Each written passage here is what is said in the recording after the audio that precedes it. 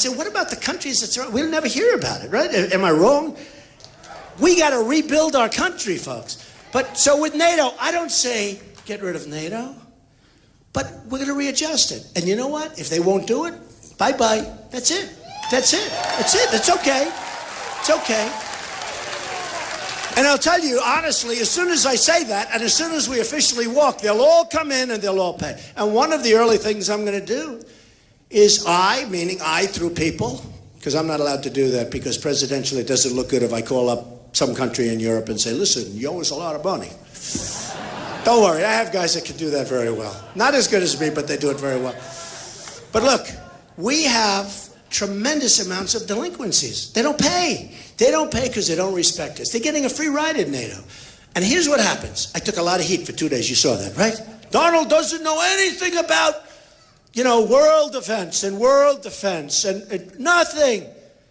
And then 2-3 days later, some of the experts on NATO said, this guy Trump's unbelievable. He said it's obsolete. They've been studying it so long, they never knew it was obsolete. It's true. Did you ever do something where you're working so hard on something that you really don't realize what's wrong with it? They said, Trump said it's obsolete. I said, because it doesn't cover terrorism. It wasn't meant. First of all, it has the wrong countries in many cases, okay? Not in all cases, but we need different countries. So maybe we start something else for terrorism, but it doesn't cover. So some people are now saying, wow. In fact, the Washington Post wrote a great story today. Really, I thought it was a great story, talking about it. Then they said Japan. They give you little sound bites, okay? They give you little sound bites, little tiny sound bites. So they said Japan. Now, most people don't even know. Do you know we defend Japan? How smart are we? We're geniuses, except they don't pay us much, right? They pay us peanuts. We defend Japan. We defend Germany. Who has a Mercedes-Benz, okay? They're all over the place. We defend Germany. We defend Saudi Arabia. We defend South Korea. We have 28,000 soldiers on the line between the maniac, right, and South Korea. South Korea is immensely wealthy. Whenever you buy a television set, Samsung, LG, all of them, they come from South Korea, other than Sony. It comes from Japan. But we defend them. So here's the story. I said, no. And by the way, I'd rather keep it this way. But they have to pay us, folks. They have to pay us. We don't have any money. We have $19 trillion of debt, going to $21 trillion. So what happens is I give this interview to a group of people, and Obama said, he doesn't understand the world. I understand the world much better than he does. I have so much more. I told him his Iran deal was no good. I told him not to let the Syrians in because we have no idea who they are. We have no idea where they come from. They could be ISIS, and they might not be, but they could be ISIS. Do you ever notice the migration? There's so many young, strong men. Where are the women and children? There aren't that many. And I said, don't let them in. You can't let them in. We'll build a safe zone. We'll build a free zone, safe zone in Syria. I'll get the Gulf states to pay because I don't want to pay. We've been paying too much. We're paying for everything. We have the largest military budget in the world by many, many times. You know why? Because we defend everybody. Not for us. Our roads are no good. Our bridges are falling down. Our country's falling apart. Our military is totally depleted. We don't take care of our vets. Okay? And we're going to take care of our vets. If there's any vets out there. I have so much support from the vets. I'm the only one who talks about the vets. I have vets coming up to me saying, we went to Cruz's speech, we went to all these speeches. The only one that ever mentions the vets is Donald Trump. They don't even talk about the vets. They don't give a damn about the vets, and I'll tell you that right now. And if he did as a United States Senator, he should go and do something about it because you have plenty of power as a U.S. Senator, okay? So that's the way it is. So what happens is they say, now they take a little soundbite. So I'm against anything having to do with the United States. You know what? I have a simple policy. You know what it's called? America first. America first. Very simple. Very, very simple. And if these other countries don't like it, hey, you always have to be prepared to walk. So with Japan, I'd say, folks, we can't do it anymore. We're a debtor nation. We can't do it. We have tremendous potential. We have tremendous, by the way. Wait till you see. You're going to be so proud of me. You're going to be so proud of this country. The waste, the fraud, the abuse. I'm going to save your Social Security. Cruz wants to cut it in half.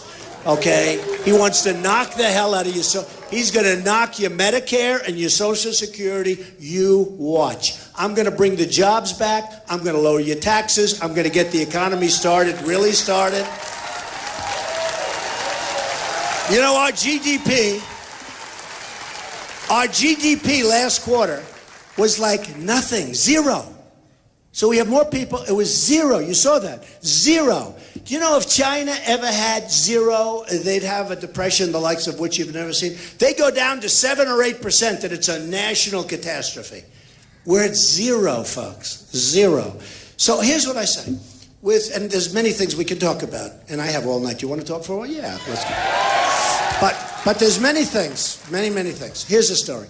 So I say to Japan, I'm sorry, I want to be nice. My father used to say, take the lumps out. You're too tough. Take the lumps out. I'm not tough. I'm somebody that people like. I take care of people. I like to take. I love people.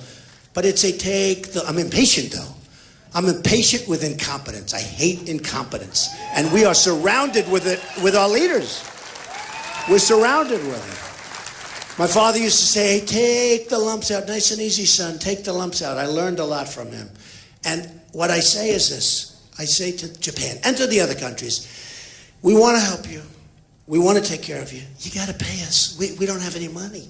You got to pay us. We're going to make it so great. We're going to make it so strong. We're going to protect you. You got to pay us. You can't give us a fraction of what it costs. We can't do that anymore. Okay, let's say they say no, so we take a walk. Most likely they call you up the next day and we defend them and they pay us a fortune. Okay, but if that doesn't happen, let them defend themselves. Okay, let them. It's time. 50 years, it's time. Let them. Let them. It's okay. Let them defend themselves. And let Saudi Arabia. Saudi Arabia was making $1 billion a day. I have many friends that are Saudis. I see them all the time. But they were making $1 billion a day before the oil went down. Now they're making a fortune, but it's not as much. But they're making a fortune. But they were making $1 billion. Think of it. $1 billion. Here we are losing hundreds of billions of dollars. As a country, we lose hundreds of billions of dollars a year because of all this stupidity. Bad trade deals, bad military deals, bad everything. We don't win ever, ever. Because we have stupid people like Obama that doesn't know what the hell he's doing. Guys like Ted Cruz that are totally taken care of by his PACs and by his special interests and by his lobbyists. We have people that are bad. I'm telling you, they don't even know they're bad. I don't even think they know they're bad. They're horrible, and they're destroying our country. We're not going to have a country left. We're sitting on top of a big bubble, and if that bubble explodes, folks, believe me, it's going to be like you've never seen. You're never going to see a country. It's going to be a whole different deal. We are sitting on something that's very scary. Do you ever notice the banks? They charge you no money, but they don't loan it. The regulators are running the banks. They don't loan it. If you're Trump, you can have any money you want, but I don't want any money. I don't need money. If somebody needs money to do a business, you can't borrow it. At any price. At any price. And it's supposed to be that you're supposed to be able to start your business, employ people, etc. So what happens is this. We're going to start doing unbelievable transactions. We're going to make our country so strong again financially. And I tell the story of a woman that came up to me. She said, Mr. Trump, I think you're great. I love you. I'm going to vote for you. She was like 65 years old, really sharp. She said, I'm going to vote for you, but Mr. Trump, you have to stop saying you're going to make our country rich again. It doesn't sound good. I said, I'm sorry. Unless we make our country rich again, we're not going to save Social Security. We're not going to save Medicare. These guys are all going to kill it. They're going to kill it. And Hillary's going to be a total disaster. If she gets in, she's a total disaster. Don't forget, you remember Benghazi, but Libya was her deal. And now who has Libya? ISIS has Libya. I told you before, ISIS has the oil. We can't allow it to happen with her. Now, I haven't even focused on her. We started off with 17. I'm down to 2, okay? Down to 2. And I'm leading the 2 by a lot. But Wisconsin is really important because if we can win Wisconsin on Tuesday, we're going to blow them out the rest of the way. We're going to win New York big. We're going to win New Jersey big.